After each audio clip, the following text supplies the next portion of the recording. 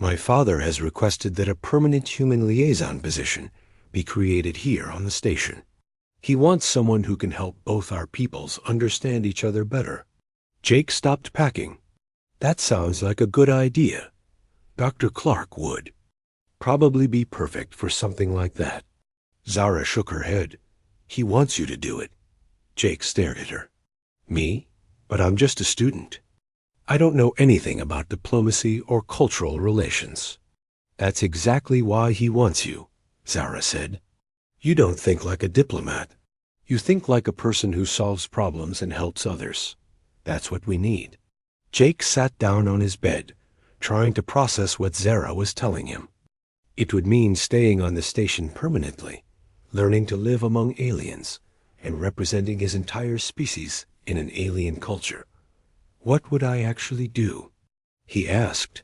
Help solve problems that arise between our peoples. Work on joint projects.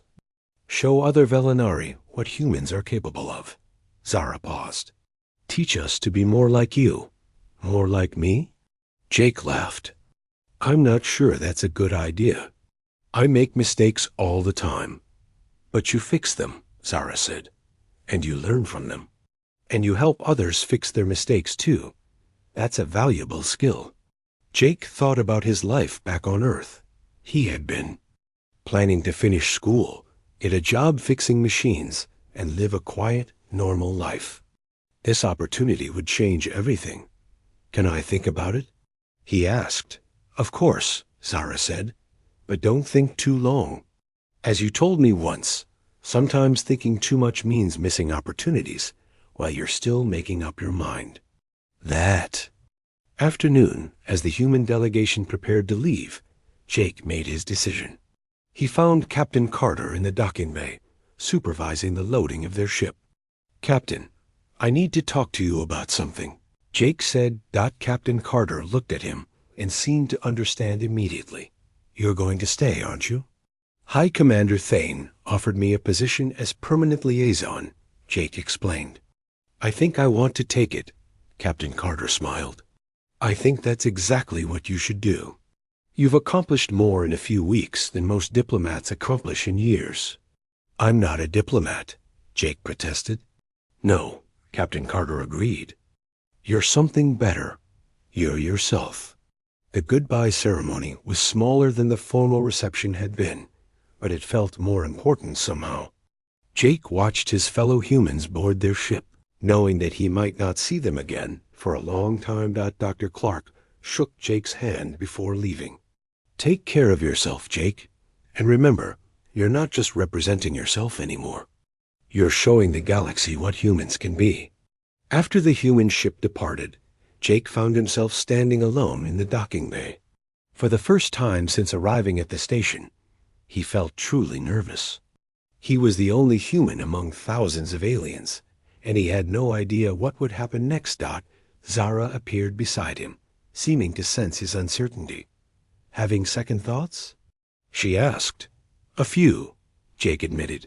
This is all pretty overwhelming. You'll be fine, Zara said confidently. You've already changed how my people see humans.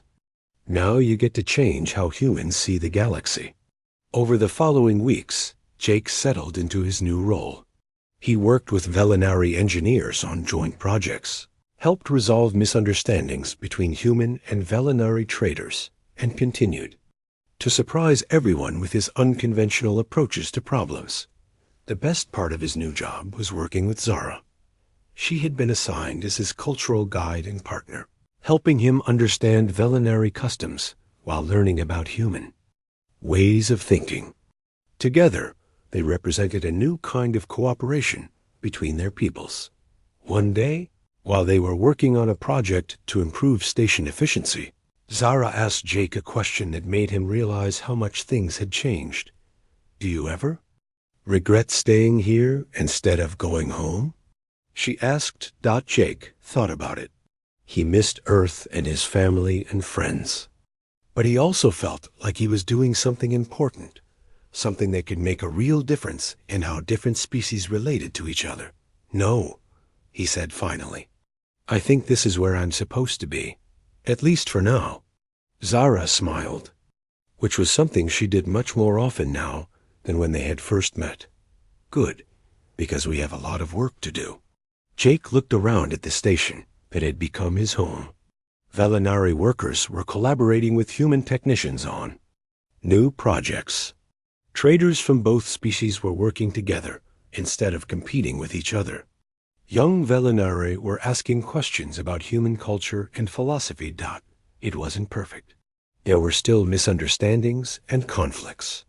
Some Velinari, like Admiral Mordain, remained skeptical of human methods. But things were changing, slowly. But surely Jake realized that he had become something he had never expected to be, a bridge between worlds.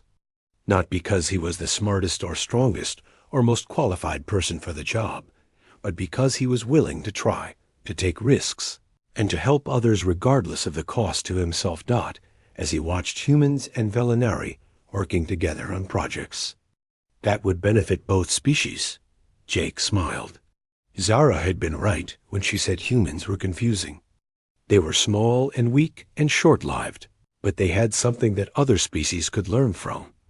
They had the courage to be themselves, to do what was right instead of what was safe, and to believe that impossible problems might just have solutions that nobody had thought of yet. It wasn't a bad legacy for a kid who had just wanted the wave. Jake thought about what had happened during the trials. He had been tested by alien standards and had passed by being himself. It was a strange feeling, but a good one. What happens now? He asked. Zara smiled, which was something Jake had never seen a Velinari do.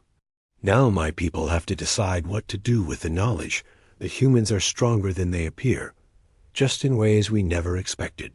The formal ceremony was held in the largest hall on Station Regath. Jake had never seen so many Velinari in one place before. They filled the enormous room, their armor glinting under the bright lights. Representatives from dozens of other alien species were there too, all watching to see what would happen. Jake stood at the center of it all, wearing the best formal clothes he had brought from Earth. They looked plain compared to the elaborate armor and robes worn by everyone else, but High Commander Thane had told him that was exactly the point. You represent your people as they are, the High Commander had said. Simple, honest, and effective. Captain Carter stood with the other human delegation members, looking proud but also nervous. This ceremony would be broadcast across the galaxy, and everyone would be watching to see how humans were received by one of the most powerful empires in known space. High Commander Thane walked to the center of the hall. When he spoke, his voice carried to every corner of the huge room. We gather today to honor Jake Morrison of Earth, he began. This young human has shown us that strength comes in many forms, and that courage is not about the absence of fear, but about acting despite fear. Jake listened as High Commander Thane described the events of the past few weeks. The rescue of the station's life support system, the mission to save the researchers, and the trial of courage.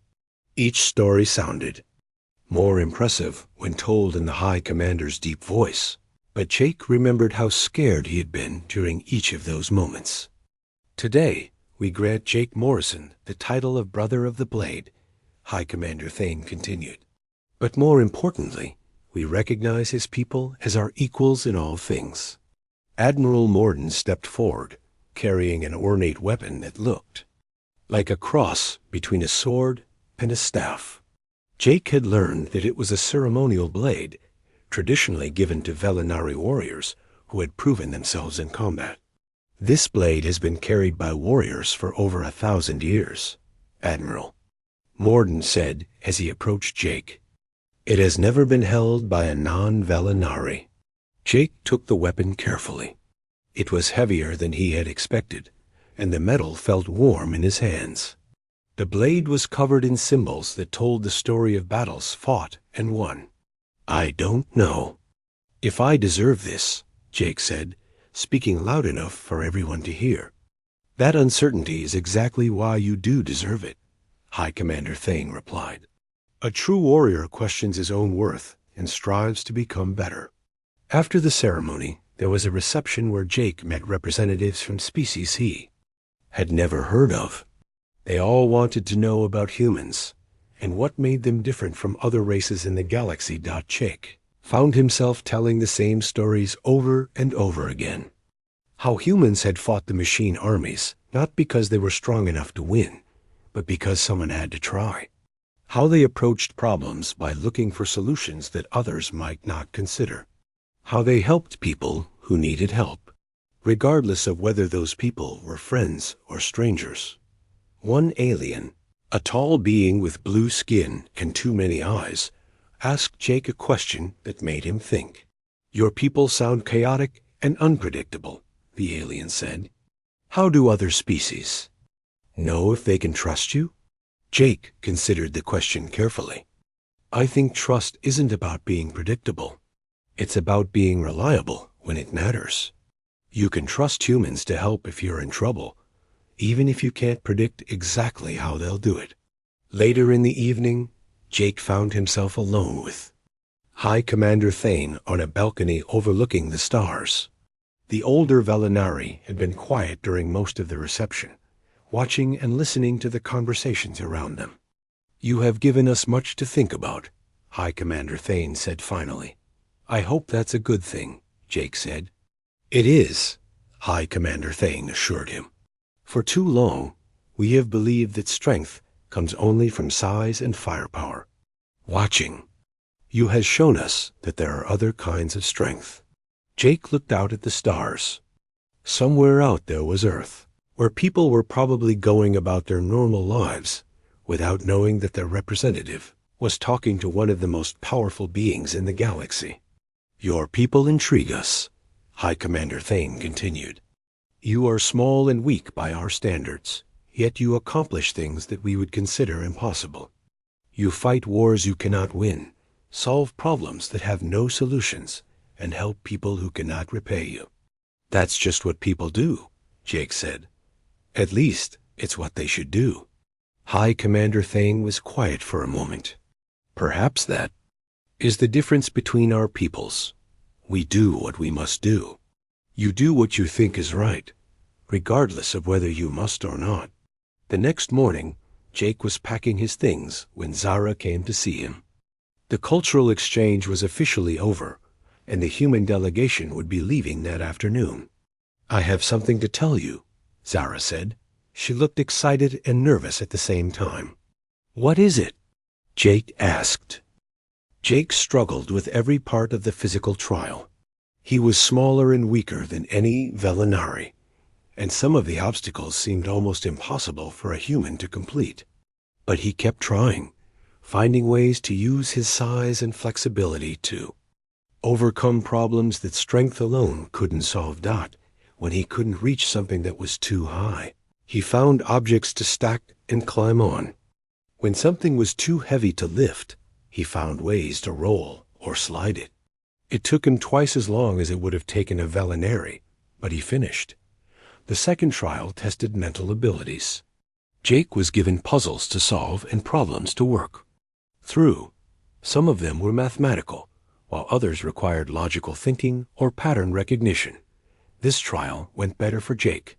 Human brains work differently than Velinari brains, and he found solutions that the test designers hadn't considered. He approached the problems from angles that surprised the observers. The third trial was the hardest. It was designed to test moral character by presenting difficult choices.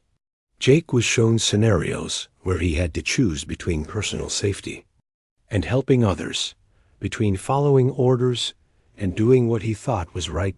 In one scenario, he was told to imagine that he was in command of a ship with limited life support. There were more people on the ship than the life support could handle. He had to choose who would live and who would die. Jake stared at the problem for a long time. The Velinari expected him to make choices based on rank, usefulness, or some other logical system. Instead, Jake gave an answer that surprised everyone. I wouldn't choose, he said. I'd look for a third option. Maybe we could reduce the life support for everyone so that it lasts longer. Maybe we could send out a distress call and hope for rescue. Maybe we could modify the systems to work more efficiently. But what if there were no other options? The test administrator asked. There are always other options, Jake said. You just have to be willing to look for them and take risks to find them. In the final scenario, Jake was told to imagine that following orders would save his own life, but would result in innocent people being hurt. He was asked what he would do. Jake didn't hesitate. I'd disobey the orders. Some things are more important than personal safety, even if it meant certain death, the administrator asked. Especially then, Jake said. Anyone can be brave when it's safe. Real courage is doing the right thing when it costs you everything. The trials ended with Jake exhausted and unsure of how he had performed. He had completed all the challenges, but he knew he had approached them very differently than a Velinari would have. High Commander Thane stood up from his throne. The arena became completely quiet. Jake Morrison has completed the trial of courage, he announced. He has shown that strength comes in many forms, that intelligence can overcome physical limitations, and that moral courage is not about following rules, but about doing what is right regardless of personal cost. Admiral Morden stood up. With respect, High Commander, the human failed the physical trials.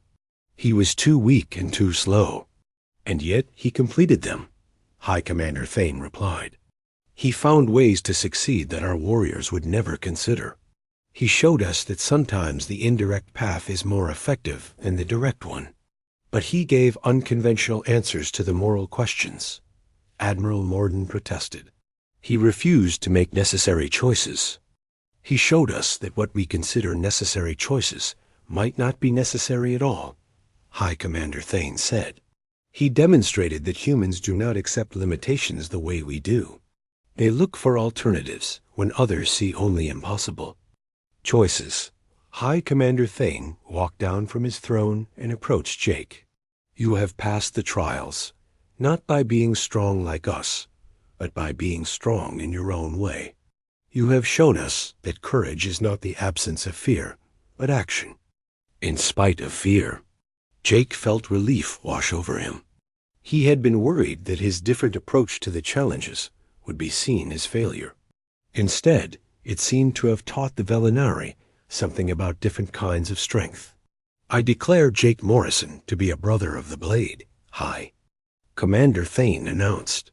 This title is usually reserved for Velinari warriors who have proven themselves in battle. Today, we extend it to a human who has proven that there are many ways to be a warrior.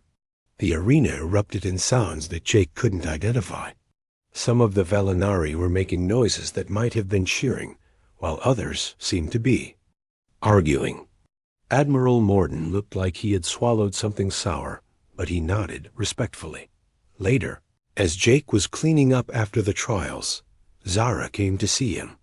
She looked proud, which was an expression Jake had never seen on a Velinari face before.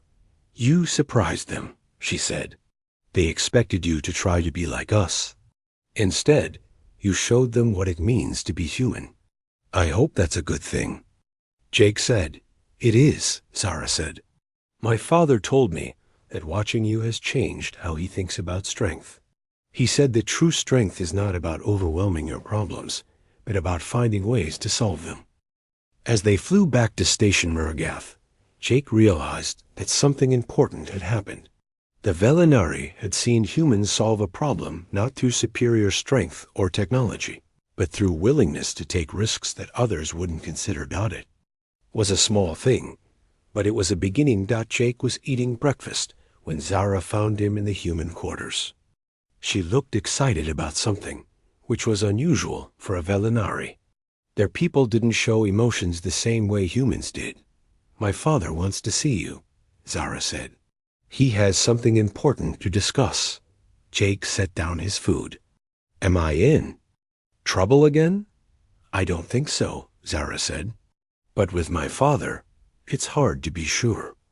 They walked through the station's corridors toward High Commander Thane's office. Jake noticed that other Velinari were looking at him differently now. Some nodded respectfully when they saw him. Others seemed curious, like they were trying to figure out what made him tick. Word of the rescue mission had spread through the station. The story of how a small team had surprised the raiders by coming through the most dangerous part of the station was being told and retold.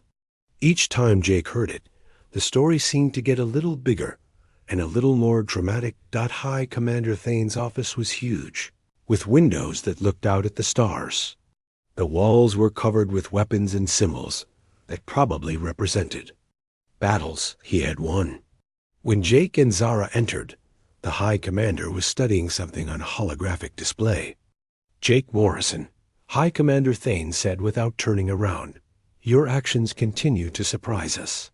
"I hope that's a good thing," Jake said. High Commander Thane finally turned to face them. His 4 arms were crossed over his chest, and his black eyes seemed to see everything.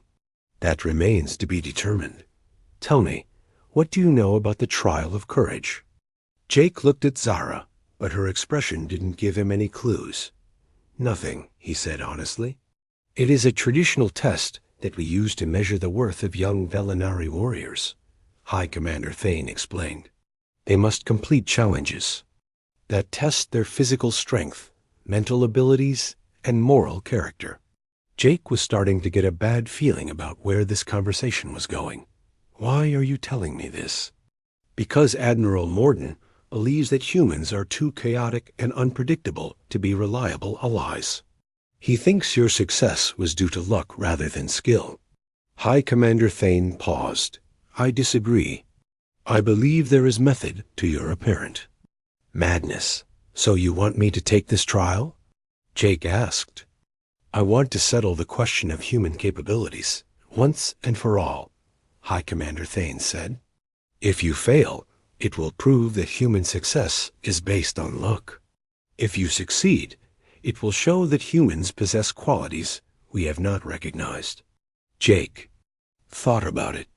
The trial sounded dangerous, and he had no idea what the challenges would involve. But he also knew that this was about more than just him. How the Velinari saw humans would affect the relationship between their peoples for years to come. "What happens if I say no?" Jake asked. "Nothing," High Commander Thane said. "You would complete your cultural exchange and return to Earth, but the question of human worth would remain unanswered." Zara spoke for the first time since they had entered the office.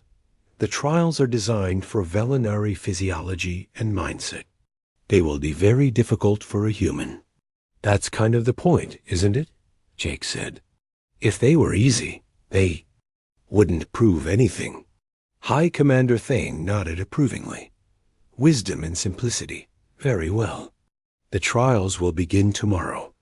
That evening, Jake sat in his room trying to prepare for something when he had no idea what that something would be. Dr. Clark and Captain Carter had tried to talk him out of taking the trial, but Jake had made up his mind. Zara came to visit him after dinner. She looked worried, which was also unusual for a Velinari. "Are you frightened?" she asked. Jake considered the question. "Yeah, I'm scared. But being scared doesn't mean you can't do something. It just means you have to do it even though you're scared. That is a very human way of thinking," Zara said. "Velinari warriors train to overcome fear, to become fearless. You seem to accept fear as natural." "Fear is natural," Jake said. "It's your brain telling you that something is dangerous. The trick is to listen to the fear, but not let it control you." Zara tilted her head, which Jake had learned was a sign that she was thinking hard about something. "My people believe that courage comes from strength. But watching you, I think perhaps courage comes from choosing to act despite weakness." The next morning, Jake was taken to a large arena deep inside the station. The room was filled with Velinari observers, including Admiral Morden and many of the officers Jake had met over the past few weeks. High Commander Thane sat in a raised seat that looked like a throne. The first trial was physical. Jake had to climb a wall, cross a bridge made of narrow beams, and carry heavy objects from one place to another. The challenges were designed for beings who were 7 feet tall with 4 arms and natural armor. Jake pointed to a part of the station that looked heavily damaged. What if we use the industrial section? It's been hit hard, but if we could get through the damaged areas, we could come up behind their defensive positions. That section is too unstable, Admiral Morden said. The radiation levels are dangerous, and the hull could collapse at any time. That's exactly why they won't expect us to come from there, Jake said. The Velinary officers looked at each other. Jake could tell. They thought his idea was crazy. In their culture, you attacked from positions of strength, not through areas that could kill you just as easily as the enemy could. It's not a plan, Admiral Morden said finally. It's barely controlled chaos. Exactly, Jake said with a grin. Humans are good at that. High Commander Thane had been listening to the discussion. Perhaps chaos is what this situation requires. Admiral, let the human try his approach with a small team. If it fails, we will proceed with the original plan. Admiral Morden did not look happy, but he nodded.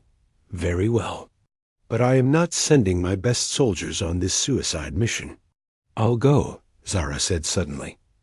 And I'll take a medical team. If there are survivors in the central hub, they will need immediate help. Jake was surprised that she wanted to come with him.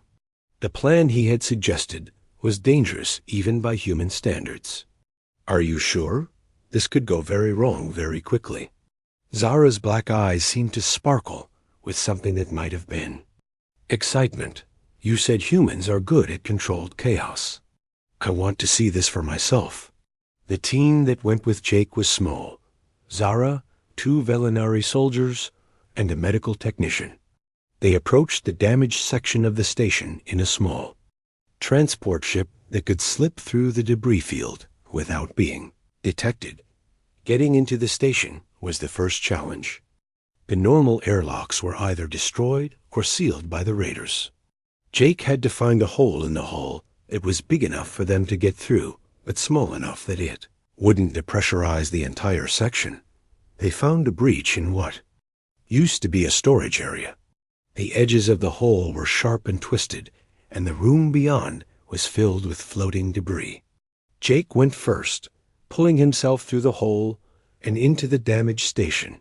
The inside of the station was a maze of broken walls and collapsed ceilings. The artificial gravity was working in some places, but not others, which meant they had to crawl along walls and ceilings to get around obstacles. The radiation levels were high enough to be dangerous, but not high enough to kill them quickly. Jake led the way through the damaged areas, using his knowledge of station design to find a path toward the central hub. Several times they had to backtrack when they found their way blocked by debris or damaged bulkheads. This is insane, one of the Velinary soldiers said as they crawled through a ventilation shaft. We could be killed by our own environment before we even see the enemy. Welcome to the human way of doing things, Jake said. We'll probably survive. Maybe. After an hour of crawling through damaged sections, they reached the edge of the central hub.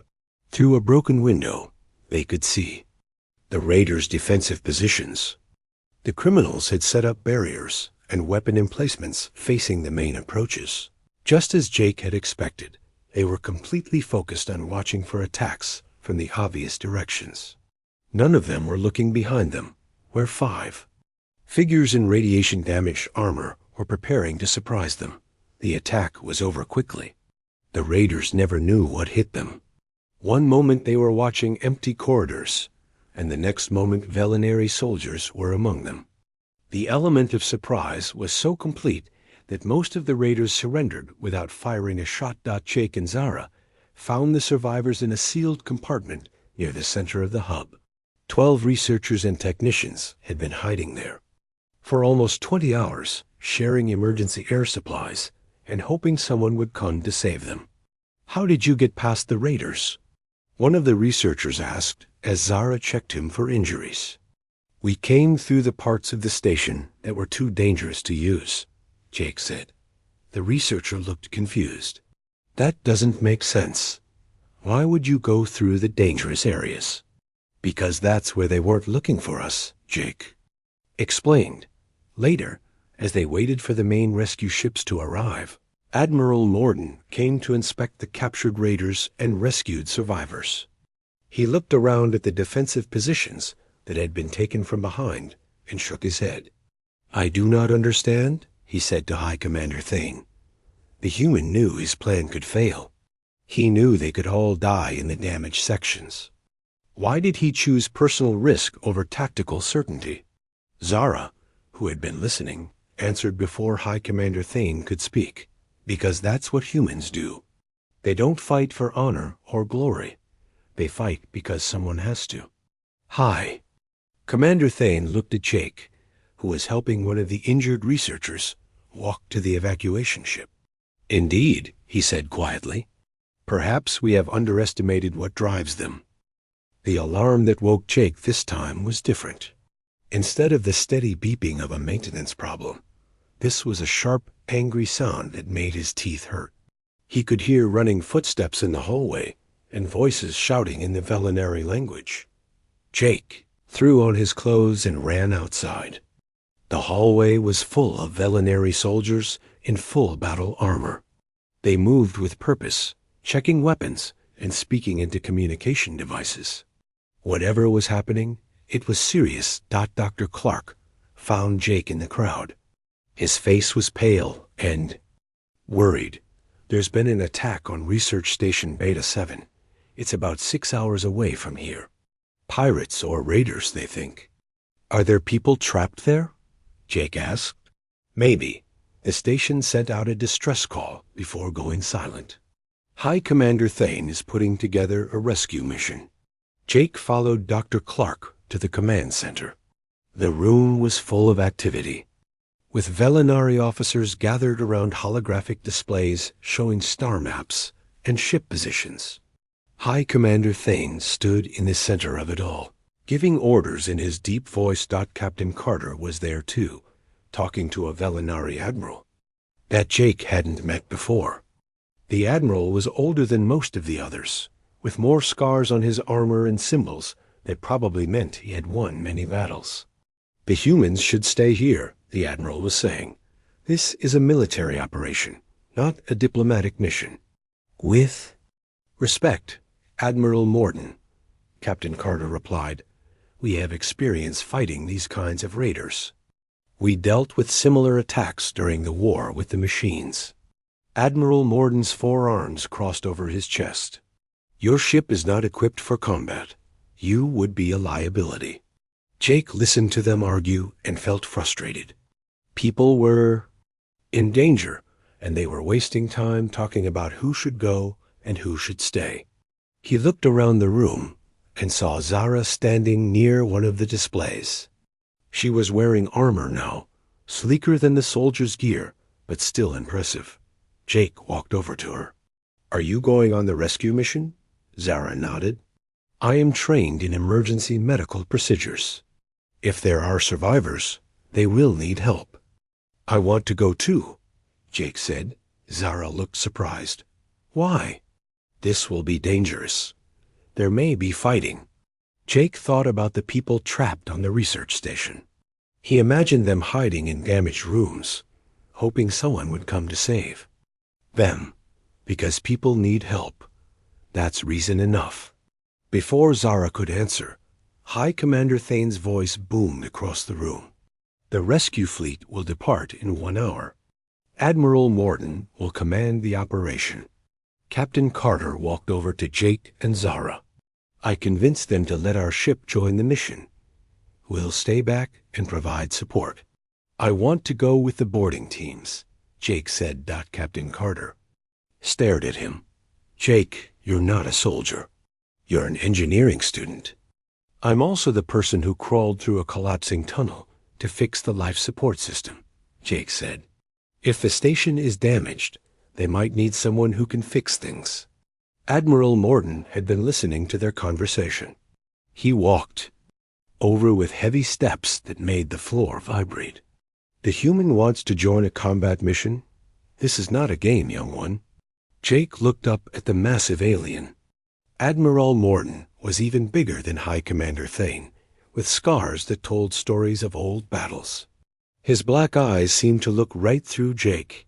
I know it's not a game, Jake said, but I also know that sometimes the people who need rescuing are trapped behind broken doors or in damaged areas that your soldiers can't reach. I can fit in small spaces and fix things that are broken. Admiral Morden studied Jake for a long moment. You are either brave or foolish. Everyone keeps saying that, Jake said. Maybe it's both. High Commander Thane approached them. Let him come, Admiral. I want to see what humans do when they are truly frightened. The rescue fleet was made up of 3 Velinari warships and the human diplomatic vessel. Jake found himself aboard the lead warship, wearing borrowed armor that was too big for him and carrying tools instead of weapons. The journey to Research Station Beta 7 took 6 hours. During that time, Jake learned more about Velinari military tactics. They were very organized and very thorough. Every soldier knew exactly what their job was and how to do it. Their plans were detailed and covered every possible situation they could think of. Jake also learned about the raiders they were going to fight. They were called the Broken Chain, a group of criminals from different species who attacked research stations and cargo ships. They were known for being ruthless and for taking prisoners to sell as slaves. When they arrived at the research station, Jake could see why it had gone silent. The station looked like it had been hit by a giant hammer. Parts of it were completely destroyed, while other sections were venting atmosphere into space. Small raider ships were still attached to the station, like parasites feeding on a dying animal. Sensors detect life signs in the central hub, reported a Velinari officer. But the raiders have set up defensive positions. It will not be easy to reach the survivors. Admiral Morden studied the tactical display. We will assault the main docking bay with 2 teams, while a 3rd team attacks from the secondary airlock. Standard penetration formation. The battle plan was carefully thought out and well organized. It was also completely predictable. Jake looked at the station's layout and realized that the raiders would see them coming from a long way away. What if we try a different approach? Jake asked Admiral. Morden turned to look at him. You have a suggestion, human? Jake woke up to the sound of alarms blaring through the station. Red lights flashed on and off in his room, making everything look like it was on fire. He jumped out of bed and ran to his door, but it wouldn't open. What's happening? He called, pressing the button over and over. The door finally opened, and Dr. Clark was standing there, looking worried. There's a problem with the life support system. Something went wrong during the night. Jake followed Dr. Clark through the hallways. Velinari workers were running everywhere, carrying tools and shouting orders in their language. The air felt different, thinner somehow. Jake realized he was breathing harder than normal. They reached the engineering section where Captain Carter was talking to Commander Seldar. Both of them looked serious. How bad is it? Dr. Clark asked. Bad, Captain Carter said. The main air recycling system is damaged. They're trying to fix it, but they say it will take at least 12 hours. We don't have that long. Commander Seldar's translator made his words sound flat and mechanical. The damage is in Section 7. A maintenance shaft collapsed during the malfunction. Our engineers cannot reach the primary controls. Jake looked at the computer screen, showing the station's layout. Section 7 was deep inside the station, connected only by a narrow tunnel that was now partially blocked. The tunnel was too small for the Velinari with their large bodies and forearms. What about the humans? Jake asked. We're smaller. Maybe one of us could get through. Commander Seldar shook his head. Too dangerous. The tunnel could collapse. Completely at any time. We will find another way. Captain Carter studied the screen. There might not be another way. The backup systems are already failing. Jake stared at the tunnel on the screen. It looked like a metal tube that had been crushed by a giant hand. Parts of it were completely blocked, while other parts were barely wide enough for a person to crawl through. It would be like crawling through a cave that might collapse at any second. I could do it, Jake said quietly. Everyone turned to look at him. Dr. Clark laughed, but it wasn't a happy sound. Jake, you're not trained for this kind of work. This is a job for specialists with proper equipment. What specialists?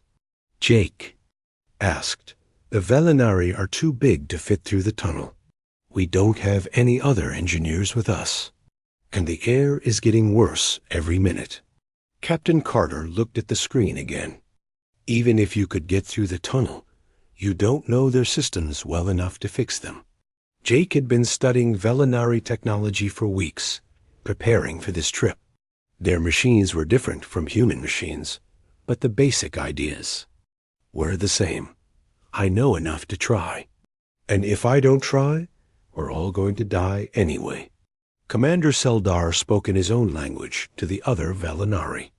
They argued back and forth for several minutes. Finally, he turned back to the humans. The risk is too great. If you die in the tunnel, it will create problems between our peoples. If we all die because the air runs out, that will create bigger problems, Jake said. Before anyone could stop him, Jake started walking toward the tunnel entrance. Captain Carter called after him, but he kept going. He had made up his mind. The tunnel entrance was in a maintenance room filled with tools and spare parts. Jake grabbed a small toolbox and a flashlight. The opening was just big enough for him to crawl through on his hands and knees. Jake, wait, Captain Carter said, catching up to him. This is insane. Probably, Jake said, getting down on his hands and knees. But someone told me humans should be brave. He crawled into the tunnel before anyone could stop him. The metal was cold against his hands and knees. The flashlight beam showed him a long, narrow space that seemed to go on forever. Parts of the ceiling had caved in, leaving piles of twisted metal that he had to crawl over or around. The air in the tunnel was even thinner than in the rest of the station. Jake found himself breathing hard after just a few minutes of crawling. His back ached from staying bent over, and his knees were getting sore from the hard metal floor dot behind him. He could hear Captain Carter talking to the Velinari on the radio. They were tracking his progress and giving him directions. Every few minutes, the tunnel would make a groaning sound that made Jake's heart race. He tried not to think about tons of metal crushing him if the tunnel collapsed after what felt like hours, but was probably only 30 minutes. Jake reached the damaged section. The control panel was cracked and sparking, with wires hanging out, like the guts of a dead animal. Some of the damage looked like it had been caused by overheating, while other parts looked like they had been hit by something heavy. Jake opened his toolbox and got to work. The Velinari systems were more complex than human ones, but the basic principles were the same. He traced the damaged circuits and found where the power was being interrupted.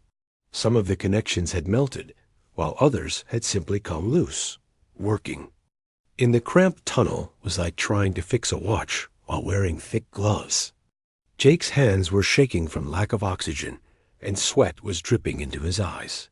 Every few minutes, the tunnel would shake and more pieces of metal would fall from the ceiling. Jake, how are you doing?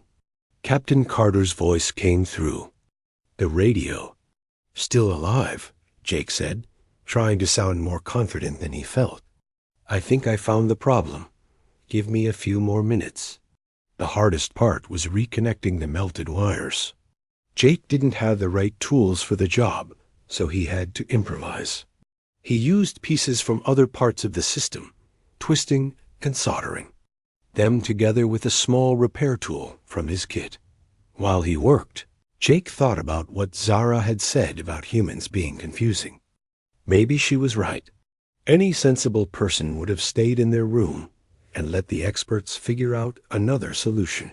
But Jake couldn't just sit there while people were in danger. Finally, the last connection was complete. Jake held his breath and pressed the restart button. For a moment, nothing happened. Then the lights came on, and he could hear the hum of machinery starting up again. "It's working!" Captain Carter's voice was excited. "Jake, you did it!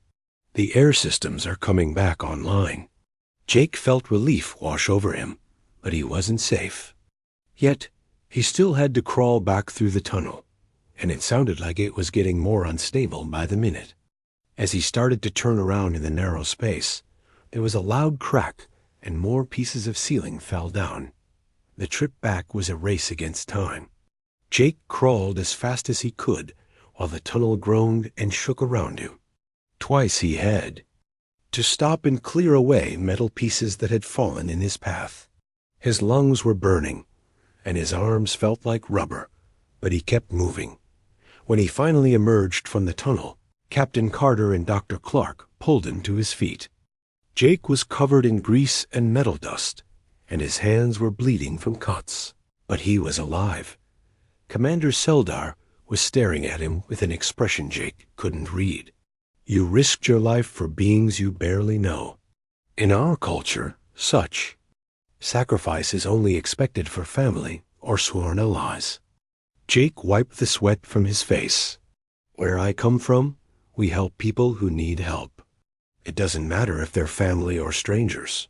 Several other Velinari had gathered to watch.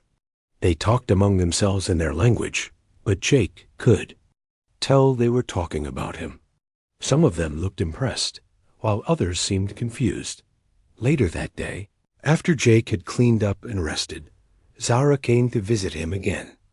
This time she brought another Velinari with her, an older female with scars on her armor. "This is my mentor, Scholar Vera Nash," Zara said.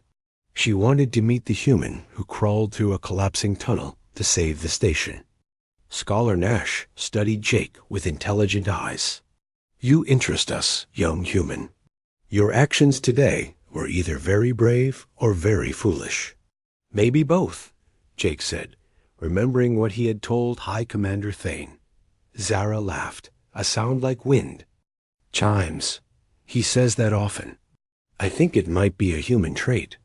"Perhaps," Scholar Nash said. "Tell me, Jake Morrison, why did you risk your life for us? What did you hope to gain?" Jake thought about the question.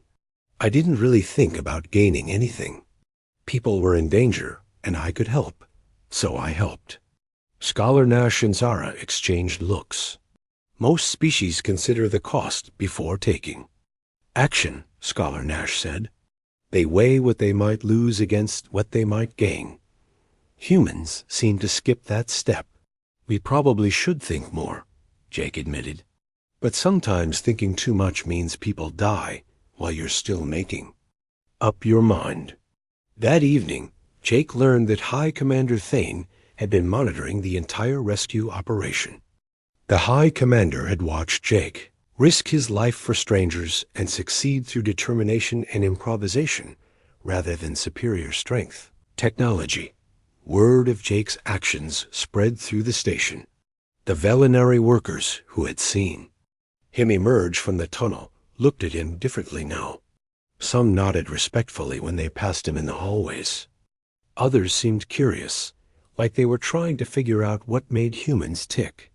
Jake realized that something had changed.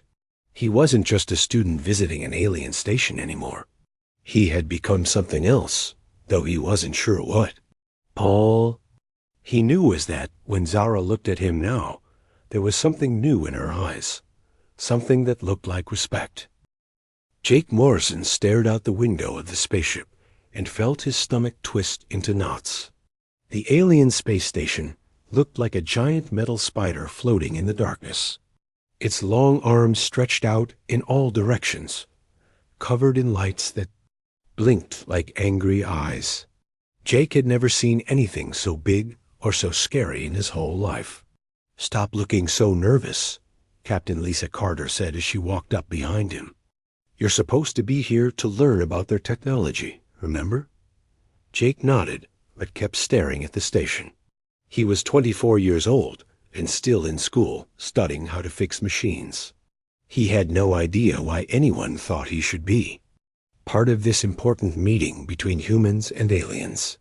The Violinari Empire was one of the most powerful groups in the galaxy. They had been fighting wars and winning them for thousands of years.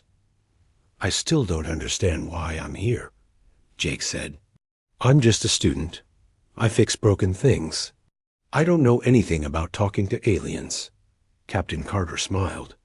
"That's exactly why you're here. We need people who see things differently. The Velinari respect strength, but they also respect people who can solve problems." The spaceship docked with the station with a loud clang that made Jake jump. Through the walls, he could hear heavy footsteps coming toward them.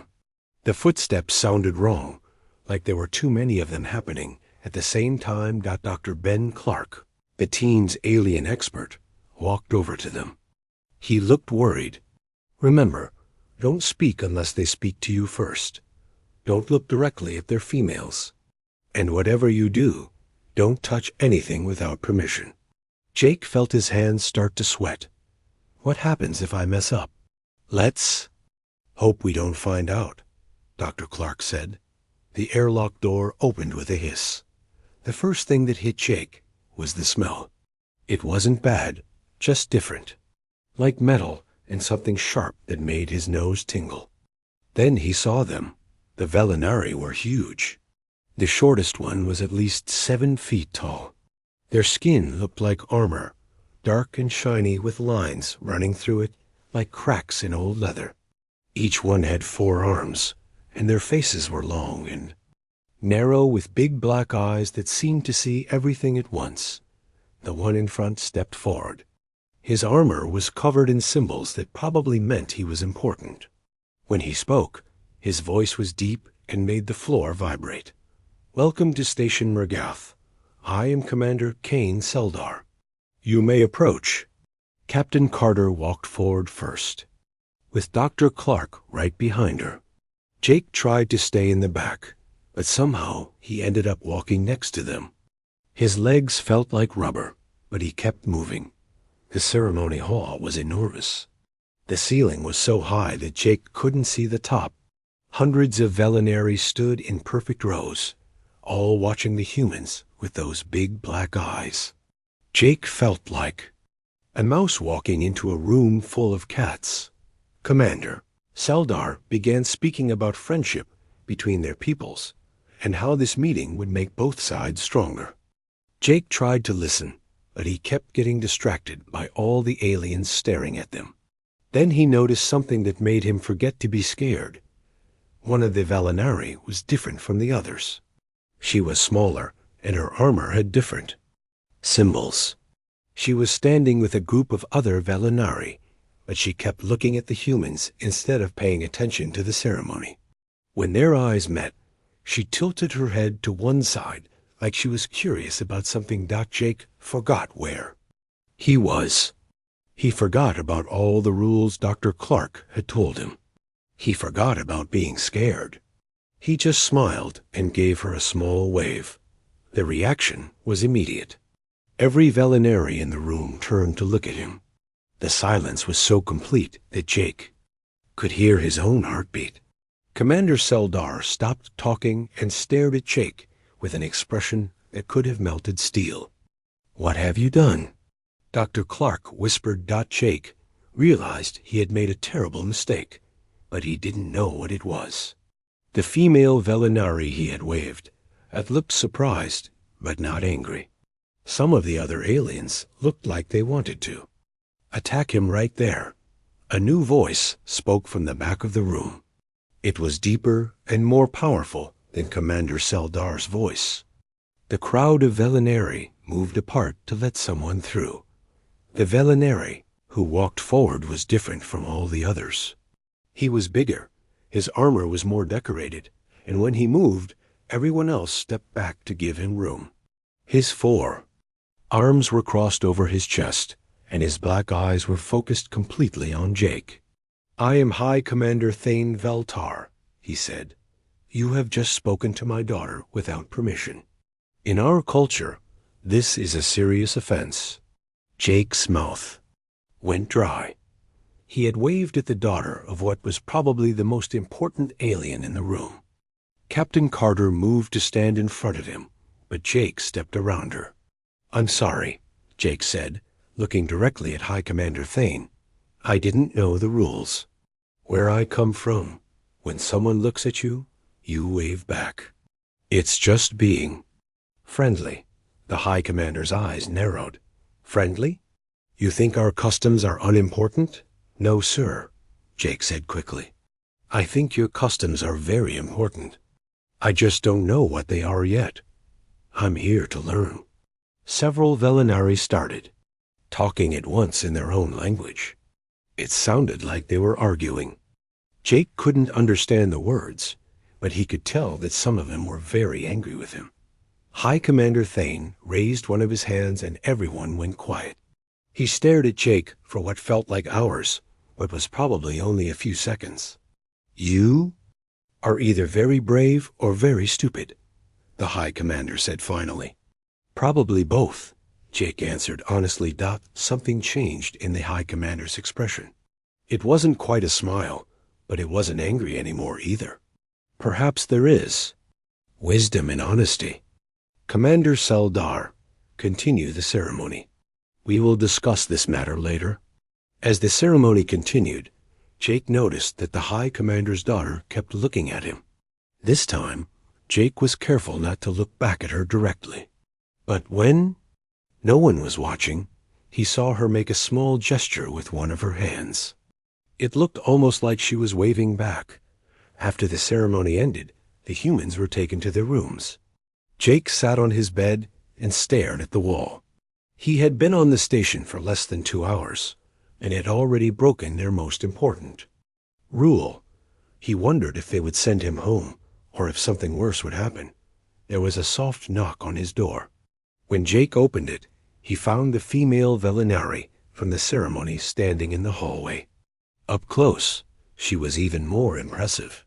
Her armor was beautiful, with patterns that seemed to move in the light. "I am Zara Veltar," she said quietly. "I wanted to thank you." "Thank me?" Jake was confused. "I got you in trouble." "No," Zara said. "You treated me like a person instead of a symbol. That has not happened to me before." She paused. "Your people confuse us. You are small and weak, but you fought the machine armies when others ran away." "Why?" Jake thought about her question. "I guess we don't really think about whether we can win. We just think about what needs to be done." Zara stared at him for a long moment. "Interesting," she said. Then she turned and walked away, leaving Jake standing in his doorway, wondering what he had gotten himself into.